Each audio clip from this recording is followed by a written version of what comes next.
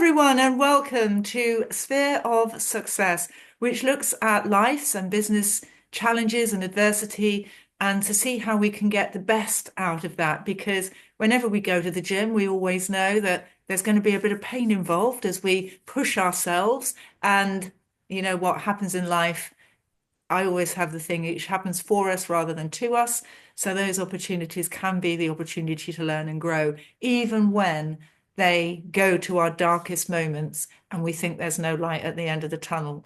So today I have the most amazing lady, Becky House. She had been living her best life, a dream of a lovely family, a stable relationship. She got the job that she absolutely wanted, a dream job, being a policewoman, and she was riding high. And then there were a series of traumatic events, and all that changed pretty much overnight. Found herself for 28 days in a psychiatric unit, sectioned under the Mental Health Act, having been arrested in her own home by her fellow co-workers to get her in there. Um, Absolutely horrendous experience.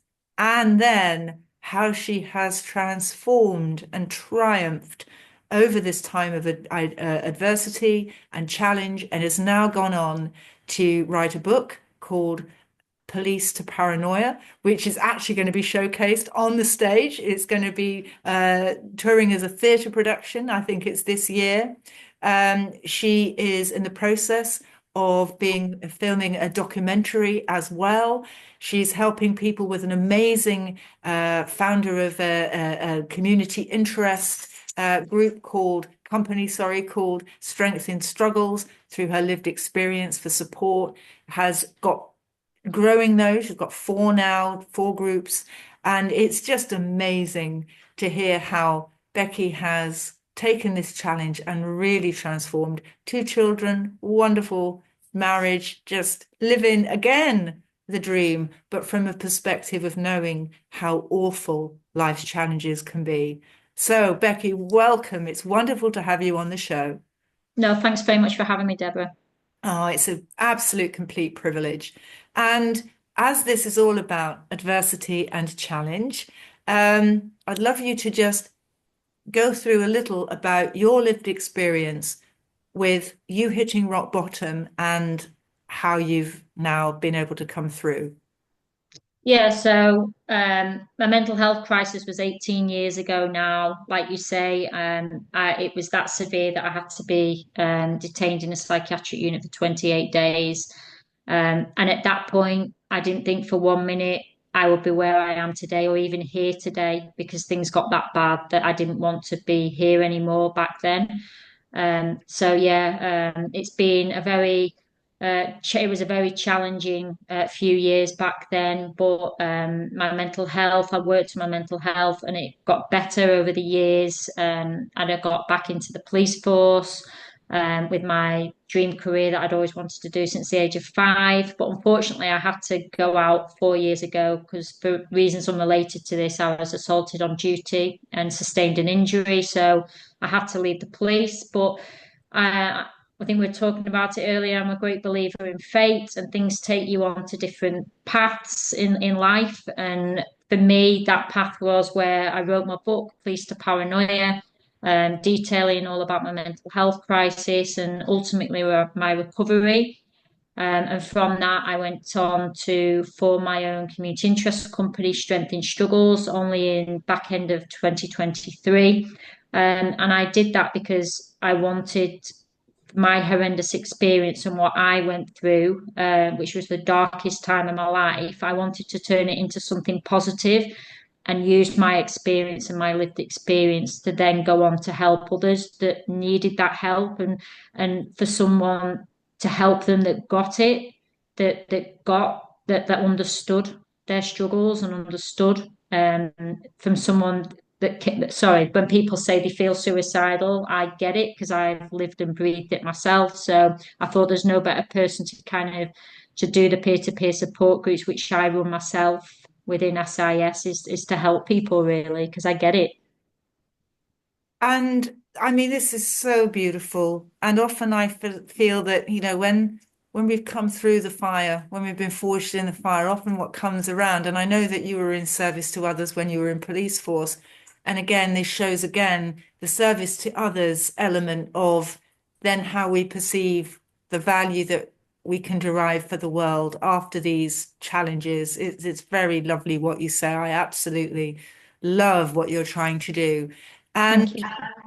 I'd like for you to go through now what you actually do at Strength in Struggles to actually help people, to help them reduce this risk of being where you were with this psychiatric being in there for 28 days and all of the issues that you faced, because it didn't just stop there afterwards.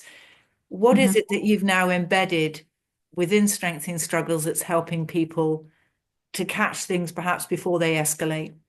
Yeah, so kind of with Strength in Struggles, people can self-refer in, but I have other organisations referring into me now, like the social prescribers within our area. Um, and I've done it so that Strength in Struggles, there isn't a specific criteria for it that only certain people can refer in or use my services. It's open to absolutely anyone and everyone that are struggling with any kind of mental health problems. And if they're too great a problem, I will then find an alternative for those people. I'll refer them onto another organisation who can help. But I want anyone and everyone to be able to access my services.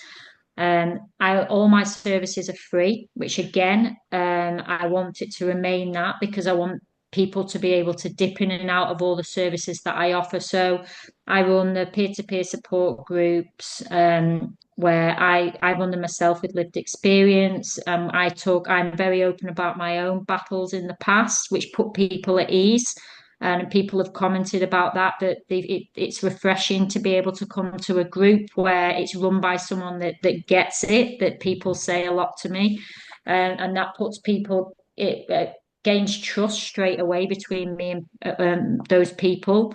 I do the well-being walks, which again, they're all like-minded people. People can come on them, not talk if they want to, just be outside in the fresh air. I'm a great believer that exercise and being out in the outdoors is amazing for your mental health. And we go for a bacon butty at the end, which is even better. And then, yeah, I offer obviously all the other services, the alternative therapies to manage your mental health, whether that be anxiety or depression, low mood. So things like art therapy, which is proven to be very good for anxiety and depression. So I get a girl called Sarah, to run that over in Burnley for me. I do a cryotherapy workshop and red light therapy, which is amazing for anxiety and depression.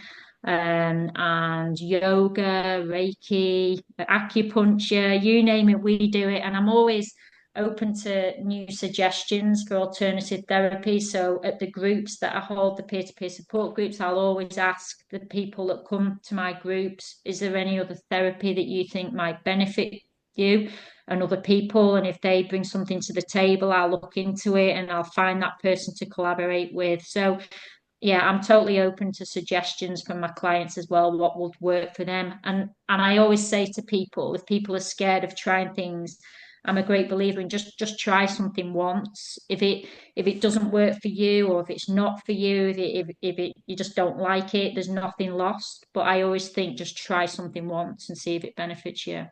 And with regards to the struggles element of it, now they've perhaps changed and morphed into different Yeah, challenges for you. yeah. What's some of the challenges that you're currently facing that you are trying to overcome within Strength in Struggles? Do you mean with the running of it? Well, in general, I mean, is there anything that you think, yeah, if I could wave a magic wand, this is what I'd like to sort out?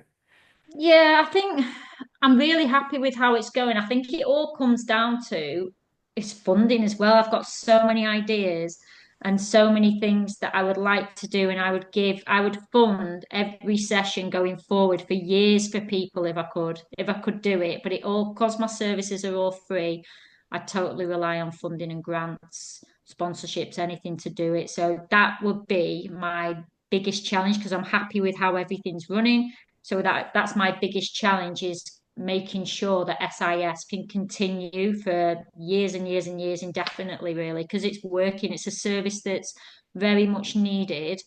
The therapies that I offer aren't therapies that you can get anywhere else that are funded. Like the NHS don't offer funded therapies like this, unfortunately, which I think it should be something in years to come that is given on the NHS, like cryotherapy. But yeah, it will be that really, the funding side of it. Because with the growing number of people that you have, how many people now are you getting on your walks? So it started off with just little old me and my trained therapist Zoe that comes on. And I'm just waiting there. God, beginning of last year to now we have over 30 people on a regular basis that are coming on the walks now, which is brilliant. It's amazing to see how it's developed. And what kind of results are you getting? What are you hearing your wonderful clients on all different regards, the walks, the different types of therapy? Well, walking is therapy as well. Yeah, The different types of therapies. What kind of feedback are you getting from them? just the again, what I touched on a minute ago, that it's people find it really refreshing to be amongst like-minded people and to go to a group where it's run by someone with lived experience and people really, really benefit from that. And the therapies in themselves, I've had people come to me 6 months ago or more than that, feeling really, really bad in a very dark place. To now, present time, um, feeling, I'm not saying they're fixed and that they're well and they're out there living a fulfilled life, but they're so much better. The progress you can see over those months with some of my clients is just amazing. They've got a purpose. They want to get out of bed now. They want to try and aim to get back to work. They want to form the relationships back with people that have broken down because of their mental health. So yeah, and some of them don't have those dark thoughts as much anymore. So yeah, the stuff that I'm offering is working, and it's only working as well because the clients are willing to try the things that I offer, and that's I'd say 80% of it. People need to be willing to be open to different therapies and try it. And the clients that come to me, they've been amazing. It's every credit to them, really. They've done the hard work. They've gone to the sessions, they've done the therapies that I've offered and put the work in, really. And you mentioned something that's very close to my heart in purpose, that people Hmm. find their purpose. Yeah. How would you see that coming across and what kind of purpose are people finding? Yeah, I think the purpose just to live. I think that's massive. They want to continue. They see there's a reason to live because whether that be that they've, I don't know, through coming to my groups or trying the therapies, they can see there's light at the end of the tunnel. They've got that glimmer of hope, that little snippet, even if it's just once a week, where they have that little bit of relief and they think, yeah, I don't want to leave this world. I want to stay. It's worth staying. So yeah. Well, what a beautiful gift you give. And with regards to sponsorship, what kind of things can people sponsor? So yeah, I'm open to anyone that would be willing to sponsor would be amazing for SIS. So if anyone wants to, I can offer in return to say if it's an organisation that's listening that it's a bigger organisation that want to help employees. Welfare and well-being. I have someone that I work with that can offer a certified mental health first aid training, accredited um, first aid as well within the workplace. I can offer one-to-one sessions with the employers to come in and just if someone wanted a chat or they wanted to have, try my alternative therapies. Yeah, there's many benefits that we can do for people in return for sponsorship. And could you bring these therapies to the workplace? Not the alternative therapies, but I can obviously go into the workplace and talk to people. and do a bit of a referral with myself with that person. And if they felt that they needed further help going forward, they would be more than welcome to come into my services then. Fabulous. And with regards to costs involved, how much are you looking to get yourself funded for the grants and the sponsorship for this year? Yeah, so like I say, any sponsorship will be very much appreciated. So I haven't got a ballpark figure really. It's just I'm open to whatever people can offer really. Yeah, I don't have a specific amount in mind for organisations. I suppose that would be we could discuss that if anyone is interested in sponsoring, and it would depend on kind of how much they wanted SIS to get involved in return for a sponsorship, and we could work something out. Mm. And obviously, no man is an island.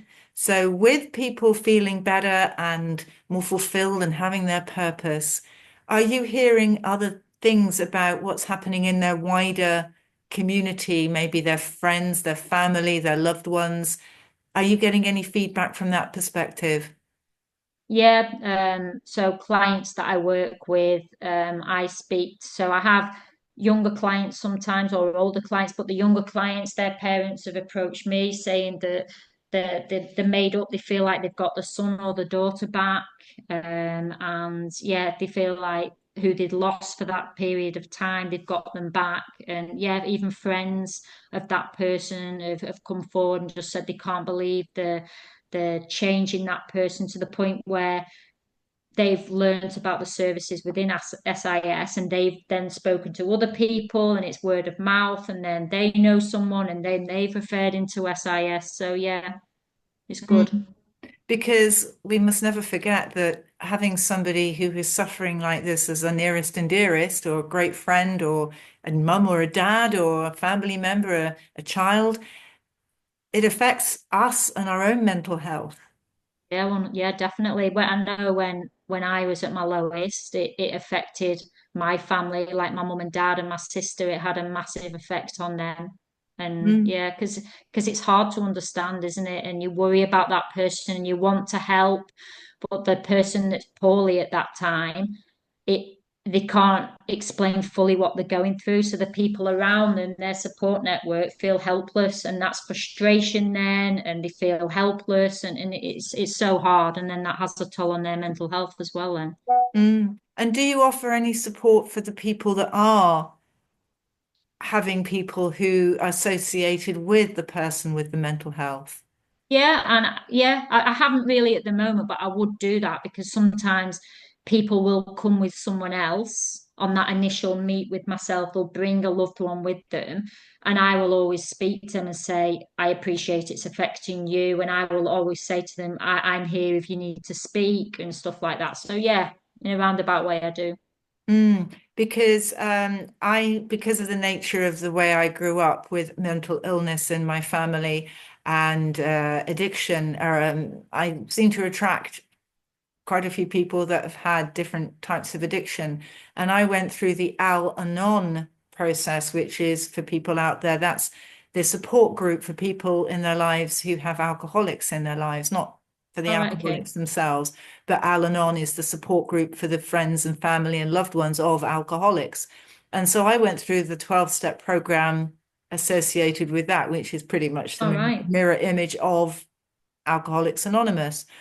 And I found that what I was doing was actually not in support of the person that had the alcohol issue. I was trying to fix things, and that's not something that with that particular addiction you can do. So a lot of cases, people, as you say, they are concerned, they're worried about the fact of how do I show up for the Mm. person that's suffering and actually not make it worse.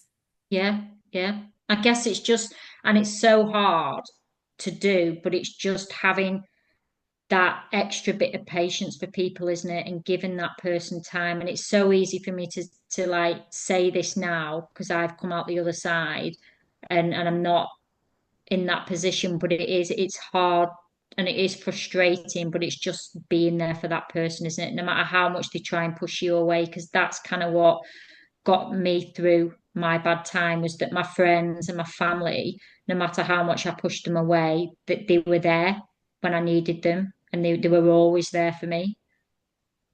And with your return to work, I know unfortunately you had another horrendous incident within the police, which again shows just how far you've come with how you've been able Mm, to handle that from your mental health perspective as well. yeah. How important is it to think about, routine, getting back into an environment where you're contributing, etc. What would you say to somebody that just wants to put the duvet over their heads and go, I just can't get out of bed today? Yeah, routine is absolutely crucial in someone's recovery, definitely. And I promote that with my clients that that was one of the massive steps for me to my recovery was and I was in that position. I just wanted to stay in my room day after day, didn't want to see anyone, like you say, put the duvet back over your head and curl up in a ball. But it's forcing yourself, even if it's a tiny, tiny thing, if it's that you don't want to get out of bed and just put some shoes on and go for a 5 minute walk or a 1 minute walk, and it's building it up. It's tiny steps. It's not pushing yourself too much so that you fail at something and then your confidence is knocked again. It's doing tiny little things and then building it up slowly. But routine is massive because for me, I stopped eating, or I ate unhealthy, or I just have one meal a day, and it was routine of getting those 3 meals a day back in my life and going out for a walk for 5 minutes, then building up to 10 minutes, even if it was a few days later or the next week. And it's just getting routine because it gives you a purpose. It builds up your self-esteem and your confidence, and you think, yeah, I can do this. When you notice that you can do these little steps and they're getting that tiny bit easier, you know that there's hope and you can do it. And what would you say in the art of self-compassion?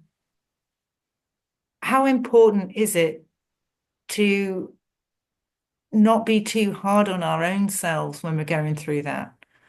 Yeah, really important. But again, it's hard when you're going through it because you're on such a downer about yourself. You think you're worthless. You think no one loves you. You think the world will be a better place without you because you're not contributing anything to your family or friends or to work. But it is it is so important not to put too much pressure on yourself, not to, I don't know, it's just taking it day by day, not putting that pressure on yourself and setting yourself up to fail because you don't want to try and overachieve too quick because you're not in that state of mind. It is just trying to, yeah, balance it really. Little regular things, and that Yeah, 1% increment a day or 0.5% increment yeah, a day. When you look over the course of the year, 365 days, if you've been able to do it every day, but even, even if we go 150, that's exactly. still great from the point of view of where we have been, and to give ourselves the well-deserved pat on the back to say, Definitely. I did that. Yeah, yeah. Even when I went back to work as a police officer after my breakdown and my 18 months off work, it took me years before I felt like me again. And I had bad days, but I just kept going on and I kept telling myself, you'll be all right, you're getting better. And it just takes time. The brain's a complex thing, isn't it? And it just takes time to recover. And what would you say to anybody out there that's going through that dark time that doesn't feel there's any light at the end of the tunnel? How would you Yeah, like to say to them, what would you, yeah. yeah, just don't give up hope. Just keep going. Just like I say, small steps, take each day at a time. If you get knocked back, don't be hard on yourself. Don't think that you failed. It's not, it's just a little setback, but recovery, it is possible. You've just got to keep digging really and keep, I don't know, keep going, not give up Mhm. hope. And is this something now that you're over and done with, or is this something that you still work with as well? Yeah, I'd like to think I'm recovered from obviously what I went through, and I am, but I'm very open about it. I do still suffer from anxiety. But I know my triggers and my warning signs, and I will deal with that. Like I found that my stress relief is exercise and running and the gym, and I do that to keep myself on an even keel, really, and to prevent myself from declining as well. That's part of my everyday routine, really. So that's how I manage it. Mm. And now you've got two wonderful children Yeah. and you're doing a very busy business. This is something that could get overwhelming. How do you make sure that you plan things to make sure that you've got time for you in there? Yeah, it's difficult because I'm my own worst enemy sometimes because it's my kind of organization and I don't want to let people down. I have to be strict with myself where I kind of try and switch off at a weekend, and have that family time and have it with my kids and my wife and try and, like I say, give myself that breathing space in between. And I am getting better at it. That's all I can say. Because I forgot to say earlier on that with Strength in Struggles, I do a lot of guest speaking as well around the country about my own lived experience to organisations, universities, colleges. So that's something else that I'm trying to balance in line with obviously my workshops and my groups. So yeah, it's a busy life, but all good. I'm really pleased with how it's all going. And again, juggling that busy schedule and every day, do you find that the challenges still happen? Do you not find that you get through, have challenges now? What does life look like from that perspective? Yeah, I think you mean with my mental health challenges. Yeah. Yeah, I think, yeah, it's like, and again, I'll be open about it. I'm not ashamed to say it. Back end of last year, I start because I was so busy and I go on autopilot and I want to go here, there, and everywhere because I don't want to let people down and I want to kind of make sure everyone's all right. You do kind of neglect yourself a little bit, and it kind of caught up with me not long before Christmas, and I started to get burnout. And I know my signs. I'm just tired all the time and achy, and you start to. I could see myself declining a little bit, not necessarily my mental health, but my physical health as well. And I'm a great believer that your physical health is completely in line with your mental health. They've both got to be okay. So I recognized that, and I took a couple of days off, or I rescheduled a couple of my meetings because at the end of the day if I have burnout and I end up getting poorly and don't look after myself, there's no one to look after all the other parts of SIS. So I've learned that, and it is my New Year's resolution to just take it a bit easier. And again, I have a rigid like structure now with each week that I try and stick to, and just allow that a little bit of extra time for myself as downtime. Oh, I love that. I love that. And you've mentioned a few times now, and I'd just like to delve into this, the self-awareness piece to know your triggers. Mhm. How can you help people when it just seems to happening to you from left, right, and center? How can you help people understand and perhaps preempt things by knowing what those triggers are and how they react when they're triggered? Yeah, I think if you know your triggers, like if you know that your stress levels are starting to increase or your anxiety levels are starting to increase, my main piece of advice would be is just put your foot on the gas a little bit.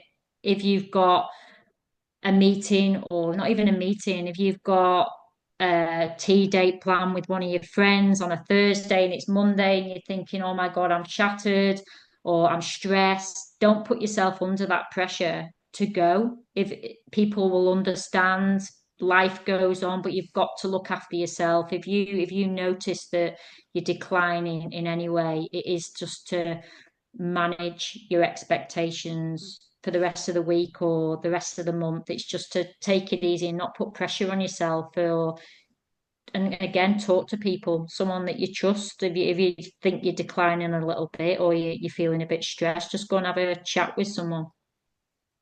And then that leads us to another. How important is it to have people around you, whether it be friends, family, loved ones, or if somebody hasn't got a significant other half or what have you, or a family in that regard, because not everybody's close to geographically their families, etc., or close in other ways. Um, what would you advocate from a community perspective? Do you feel that community, having people to talk to, is important on this journey? Yeah, definitely. And that's why my peer-to-peer support groups work. And there are other support groups in other areas. It's just finding them.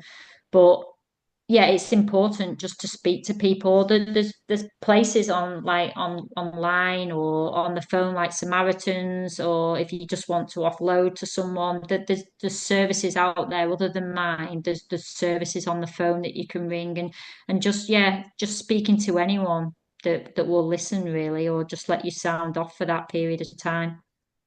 Yeah, and the other thing, as I say, if everybody, anybody, and I've been guilty of this myself, you think, oh, I can't burden them with what I'm going through. They've got enough going on in their life. They won't be interested or they won't understand.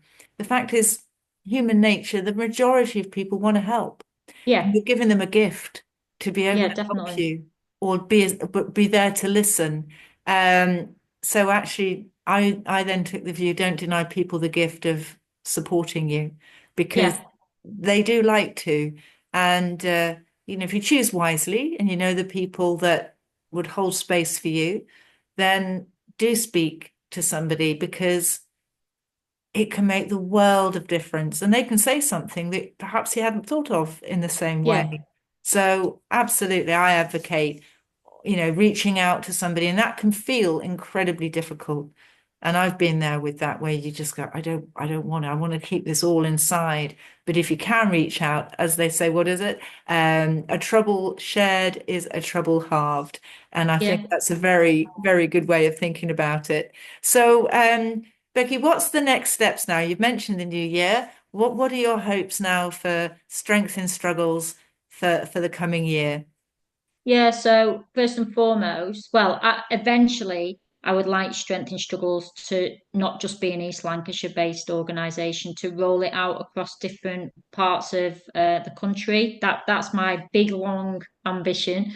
But this year, yeah, it's just to get more volunteers on board, to come and help and to get more organisations on board to refer in as well and get more collaborations with people.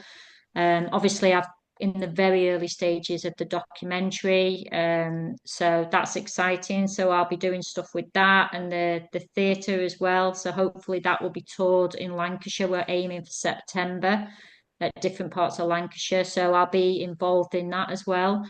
And my guest speaking as well is to get it into more organisations that want to listen to it really because the ones that I have done so far, they've said that it's really benefited them just to hear a story from someone that's gone through that and then come out the other side and then gone on to do this. It's to kind of and educate people around mental health. That's what I'm kind of passionate about as well, and I want to move forward with that this year. Fabulous. And so, how can people get hold of you? So yeah, my website is sisstrengthinstruggles.org. So I've got obviously my website where you can refer in on the referral form, and my email address is on there.